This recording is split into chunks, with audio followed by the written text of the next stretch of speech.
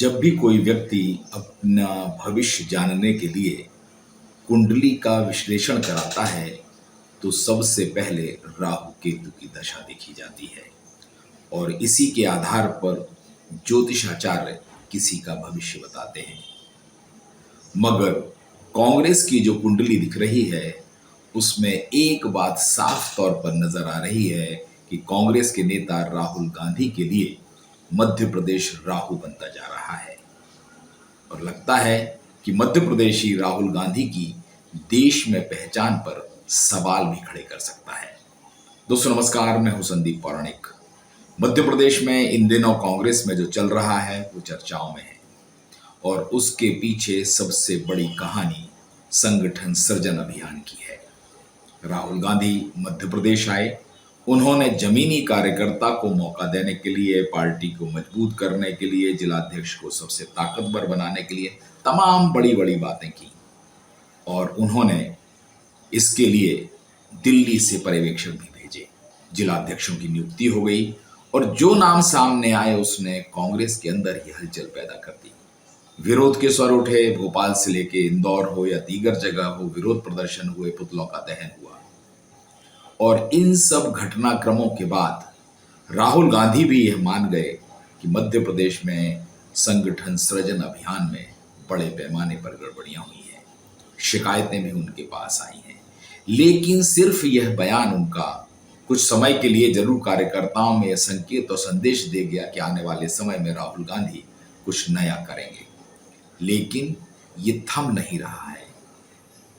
नेताओं में अंदर खाने बैठकों का दौर चल रहा है, विरोध प्रदर्शन हो रहे हैं। हाँ, ये बात है कि राहुल गांधी की पहल है, इसलिए खुले तौर पर कोई बड़ा नेता विरोध करने को तैयार नहीं है। पार्टी में राहुल गांधी ने भी 3 तरह के घोड़े बताए थे।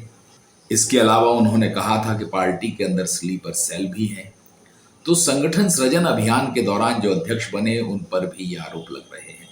पार्टी के ओबीसी चेहरे और बड़े नेता कमलेश्वर पटेल ने भी पार्टी की नियुक्तियों को लेकर सवाल उठा दिए हैं।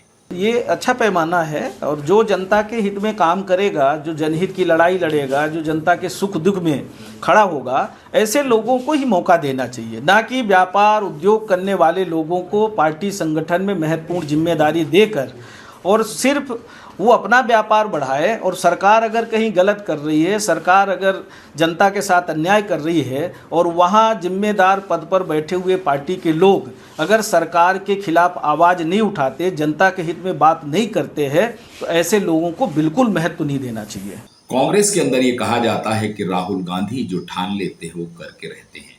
हमें याद आता है मनमोहन सरकार के समय एक विधेयक को ही राहुल गांधी ने सार्वजनिक तौर पर फाड़ दिया था। लेकिन मध्य प्रदेश में जिलाध्यक्षों की नियुक्तियां जो हुई वो चर्चाओं में रही। डिफेंडर कार दी गई, दूसरी तरह की सुविधाएं दी गई और नियुक्तियों में वो सारा खेल हुआ। कहा तो ये भी जा रहा है कि मध्य प्रदेश के नेता और दिल्ली के एक नेता के बीच एक ऐसा गठजोड़ बना जिसने पर्यवेक्षकों की ओर से भेजी गई सूची को ही किनारे कर दिया और कुछ नेताओं ने जो सूची दी थी उस पर मुहर लगा दी और यही कारण है कि अध्यक्षों की नियुक्ति को लेकर जमकर विरोध हुआ है। एक तरफ कमलेश्वर ने जो बात कही है वो सही भी है कि पार्टी में व्यापार करने वालों को अगर आप मौका दे देंगे तो पार्टी का क्या हाल होगा। अभी हाल ही में उज्जैन में कांग्रेस ने एक बड़ा कार्यक्रम किया, किसान न्याय यात्रा निकाली, उसमें विरोध प्रदर्शन किया, लेकिन वहां भी कांग्रेस 2 हिस्सों में बटी थी। एक वो लोग जो वर्तमान में जिलाध्यक्ष हैं उनके नेतृत्व में था, तो दूसरी तरफ वे लोग थे जो जिलाध्यक्ष नियुक्ति के विरोध में थे। हाँ, ये अलग बात है कि प्रदर्शन स्थल पर सारे लोग पहुंचे, लेकिन यहां भी कांग्रेस में बंटवारा दिखा। इंदौर में भी जो तस्वीर आ रही है वहां भी एक सद्भावना सम्मेलन शुरू हुआ है, कार्यकर्ताओं को एकजुट करने की कोशिश हो रही है। कुल मिलाकर के कांग्रेस में द्वंद्व बढ़ गया है और अब तो बड़े नेताओं की मेल मुलाकात का दौर भी शुरू हो गया है। दिग्विजय सिंह पिछले दिनों कमलनाथ से मिले थे, इसकी काफी चर्चा थी।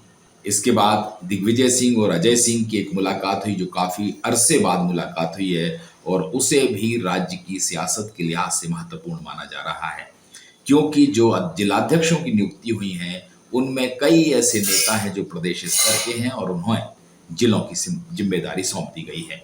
इनमें दिग्विजय सिंह के पुत्र जयवर्धन सिंह हैं, तो वहीं उनके भतीजे प्रियव्रत सिंह हैं जिन्हें जिलाध्यक्ष बना दिया गया है। कुल मिलाकर के उनका राजनीतिक कद कम किया गया, ये कहा जा रहा है। और यही कारण है कि अब कांग्रेस के अंदर लगातार घमासान तेज हो रहा है, गुटबाजी बढ़ने की आशंका है और बुजुर्ग बनाम युवा नेताओं में संघर्ष भी बढ़ेगा। ये स्थितियां ये बताती हैं कि मध्य प्रदेश में राहुल गांधी के लिए कहीं राहु तो नहीं बन रहा है, कहीं उनके फैसलों को ही पार्टी के प्रदेश प्रभारी हों, प्रदेश अध्यक्ष हों या जिन लोगों पर जिलाध्यक्षों की नियुक्ति की जिम्मेदारी थी, उन्होंने बड़ा खेल कर दिया, या पार्टी की और राहुल गांधी की जो मंशा थी उसके विपरीत नियुक्तियां हो गई। कुल मिलाकर के ये हालात कांग्रेस के लिए मुश्किल वाले हैं। कार्यकर्ताओं में नाराजगी भी बढ़ने की आशंका है और अब देखना होगा कि राहुल गांधी की तक जो शिकायतें पहुंची हैं, क्या उन पर कोई अमल होता है या सिर्फ बातों बातों तक ही बात रह जाती है। दोस्तों, आज के लिए इतना ही। नमस्कार।